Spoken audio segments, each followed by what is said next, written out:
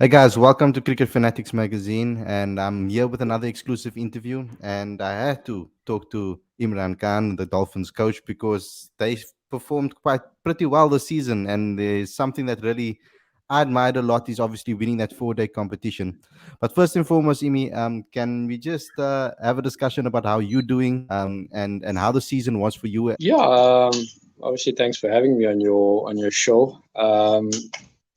No, I'm well, all good. Obviously, we're in the midst of our fasting month, so it's quite nice that we're able to, to have this after the season. The timing of the season has actually been perfect. It's been a busy season, quite a chaotic one. A lot of fixtures sort of straight after one another. So yeah, it's been good to just chill out for a bit. So let's talk about the season for you as well. How would you assess the season? I mean, from my perspective, I mean, the Dolphins obviously winning the four-day competition, making it to a final of another competition. And I mean, we're seeing quite a holistic team building over here that with players that are basically all format players that are consistently playing in multiple formats. So can you give me your assessment of the season from as a coach? Where do you think things went well and where do you think things could have gone better? Well, I think it's been a good season. Obviously, we started off in Potchefstroom in the T20 Challenge. I thought we played a good competition. I think we played a good final. Unfortunately, it just didn't go our way. I think if we managed a few moments better in that game, the result could have gone our way. But these things happen. It's just we've made a habit of losing in these finals as a team. I think we've lost three in a row now, so that's a bit of a bummer. But yeah, certainly a good start to the season. I think probably the disappointing campaign for us was the One Day Cup, really. Having said that, though, I think we did play. Um, I think we played competitive cricket in that one day campaign. I think 4 or 5 of our games were really close. Results. I think the results could have gone either way. Obviously, we unfortunately ended up on the wrong end of the results, and which meant we finished rock bottom in that campaign 2 years in a row. So I think that's just a format that's been a little bit disappointing for us, the 50 over one, and that's we've obviously got to get our heads down and do some work in that competition to try and improve. Um, but certainly the 4 day campaign, after a slow start, I think the way the boys reacted in the second half of the season was immense.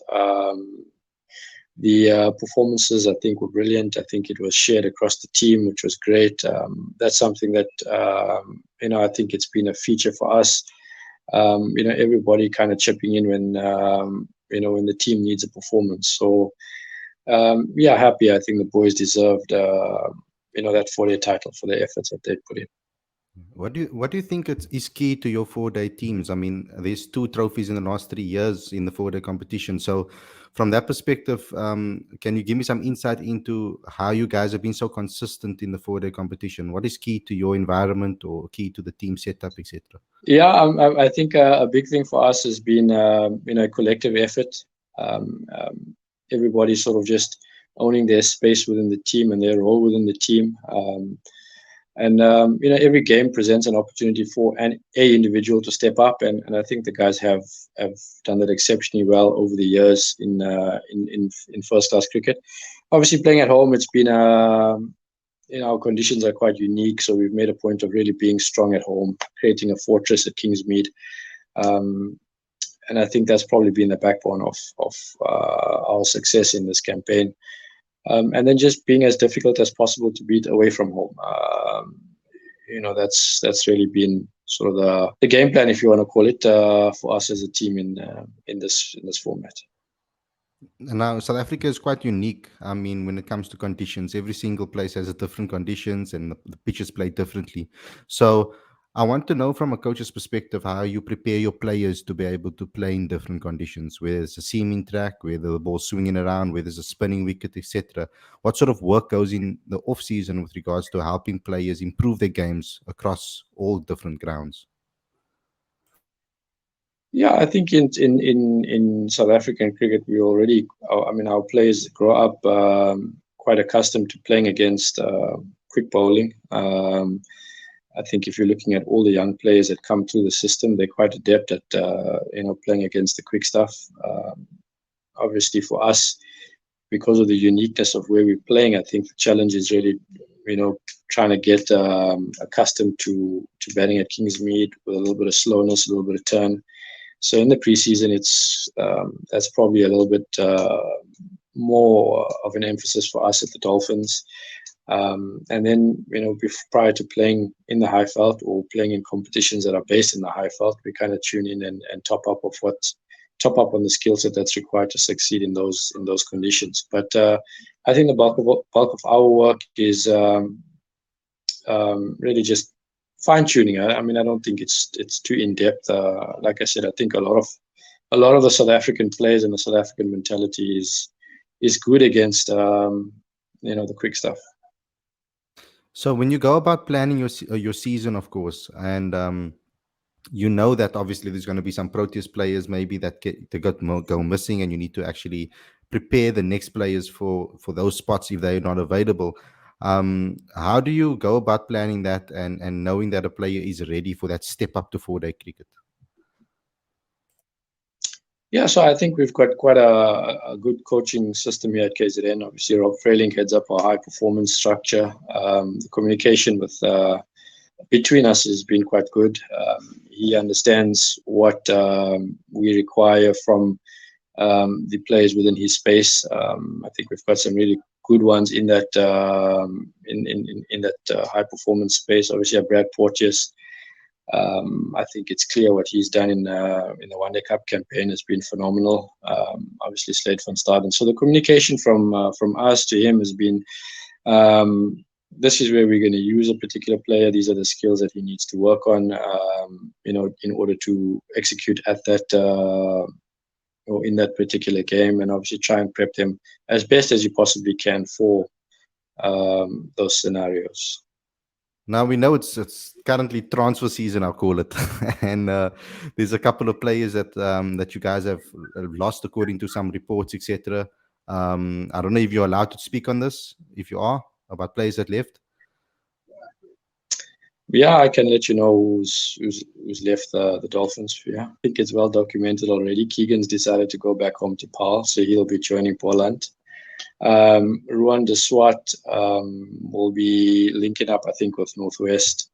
Tando and Tini joins the Tuskers, and then Bifa and Tanzi we've obviously released from a contract as well. So those are the 4 guys that have left the Dolphins. And can you give me some insight maybe into guys that you're going to sign, or is that not being confirmed yet from your side?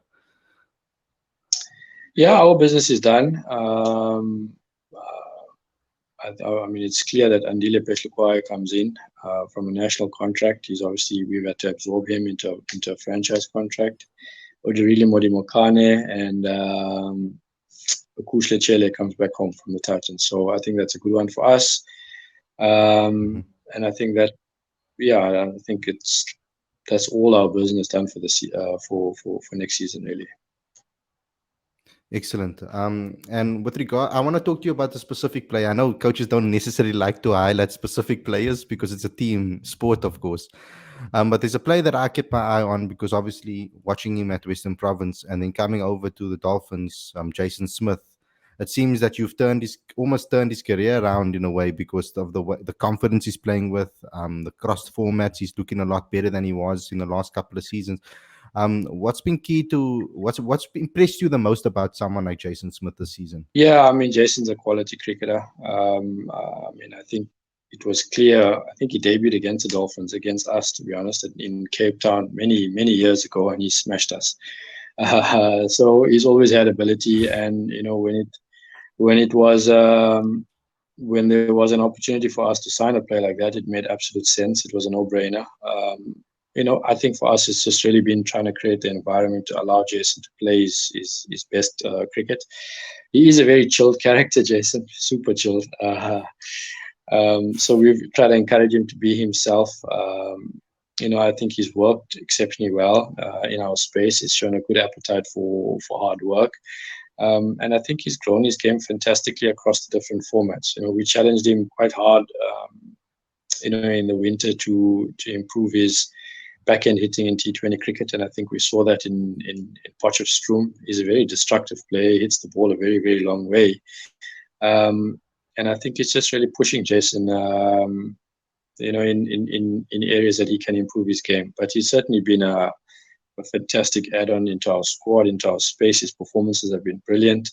I think the one element that we probably still can get a little bit more out of him is his bowling. So yeah, I think that's something that we can push going forward. Yeah.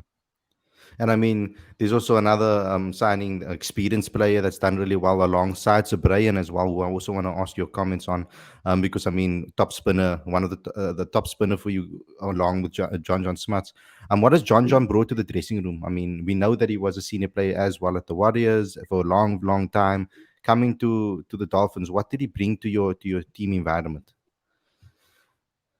Yeah, I mean, exactly that. He brought that seniority with him. He's got a fantastic cricketing brain, John. Obviously, he's led the Warriors for a number of years across the different formats. He's played at the highest level. He's a thinker of the game, so he's been a good add-on for us, a good voice in the changing room. Again, somebody that he goes out and beyond to try and help. Others within the squad as well. So he's been, it's been good to have him with us. I think if you speak to John, he would have loved to have scored a little bit more runs for the Dolphins, but certainly his performances with the ball have been outstanding this past season. And so, Brian, I mean, a lot of players might not have been lucky enough to be able to see him in action playing 4-day cricket, of course. So can you give me some insight into him as a player, what makes him special? And because we are looking for a spinner like him, obviously, that can do the job that he does for at the international stage. We're always looking for spinners, of course. So there's a lot of people and a lot of fans that have spoken about him as maybe being next in line. Do you agree with that? And also, what is your thoughts on him as a player and what makes him special? Yeah, I think he's just a fighter, really. He's a tough nut. He's a good character. He's not afraid of bowling the hard yards, the tough overs, long spells. I think he's just one of those soldiers that you need in your squad. Obviously, he's a leader. He leads in a different way. But look, I mean, what he's done for us in probably the last 4 or 5 years has been phenomenal. He was there. Obviously, he didn't get an opportunity. He was in, I think, test squads to the West Indies. I think he might have been there against India as well. So he's there and thereabouts. I'm sure there's an opportunity that's waiting around the corner for him at international level. I think, again, the one thing that he needs to probably just improve, and I think he'll, if you speak to him, he'd probably own up to this as well, is just improve his batting. I think once he gets that going, with the performances that he puts in with the ball, I think the next level will take care of itself. Well, Imraan, thanks a lot for coming on the show. Thank you for giving me some insight into the season and the season ahead. I wish you all the best and good luck for the new season when it does come. Thank you so much. Yeah, and all the best to you. Thanks a lot for having me. Cool. Thank you. See you. Cheers, man. Bye.